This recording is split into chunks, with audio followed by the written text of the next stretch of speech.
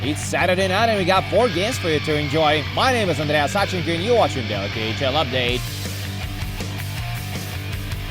We take it to Vladivostok first, where Admiral face Kunlun Red Star. This is the second of 4 meetings between the two this year. They will face each other 2 more consecutive times after this one.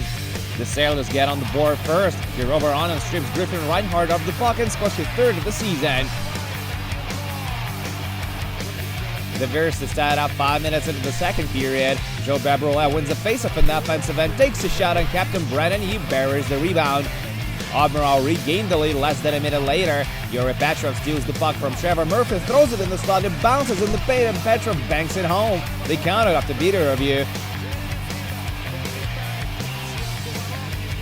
Red Star even it up again 10 minutes later. Tyler Wong snipes it past Juha Olkinuora on a power play. It's a 2-2 tie now.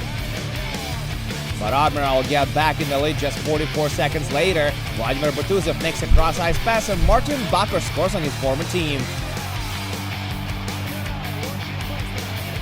Third period now, and Admiral improves their lead to 2 goals. Marcus Young finishes off a great passing play. Bakker and Dennis Vikarov with the assists.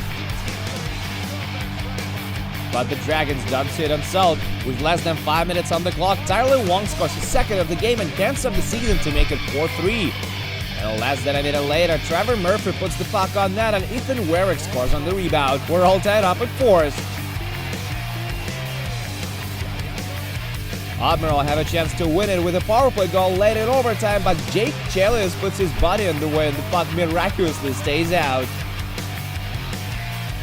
The Sailors still take it in the shootout. Konstantin Glazchev goes 2 for 2, including the winner. He's sure happy about it seems. Admiral wins 5-4 in the shootout.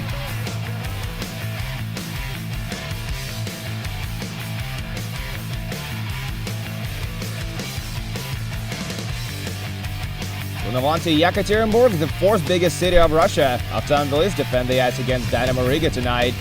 This one is a goal fest as well. Dan Saxon opens up the scoring with a power play goal just under 5 minutes in. Anatoly Golyshev with a great assist on the rebound.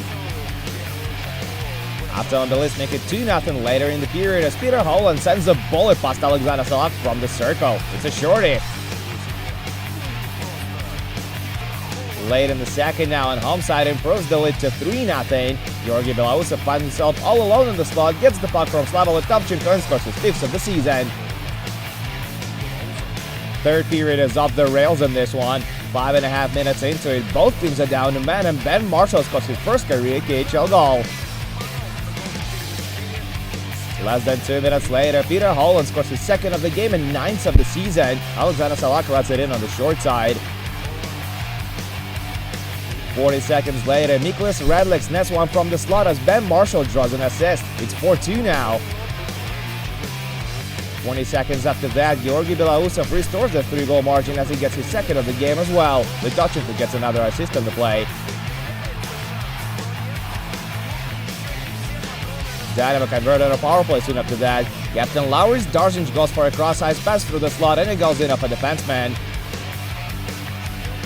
Late in regulation now, Dynamo remain on the ice with the extra attacker and Gints Maya scores another one. Nevertheless, Riga failed to force overtime and lose their 3rd consecutive game. 5-4 is your final on this one.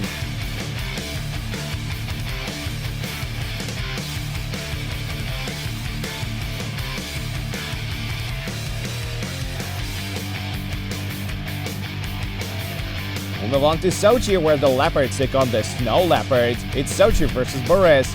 There's no scoring in the first, but Boris get on the board early in the second. Captain Darren Deed scores his 7th of the year on a power play. Linus Vidal with the assist.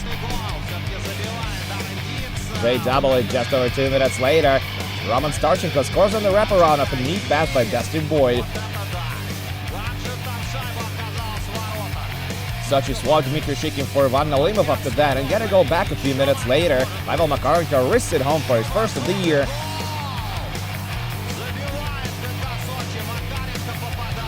Late in the period now, Boris with an odd-man rush. Roman Starchenko goes for the shot, and it's stopped by Ivan Nalimov.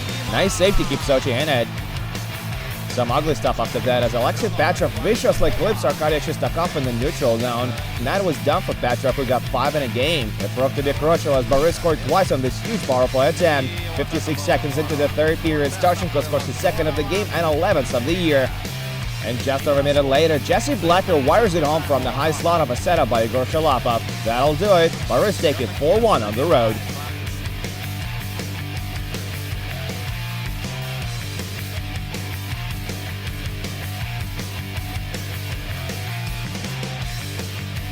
We're gonna wrap it up with a rivalry game. Metalurg cross sticks with Tractor in Magnitogorsk.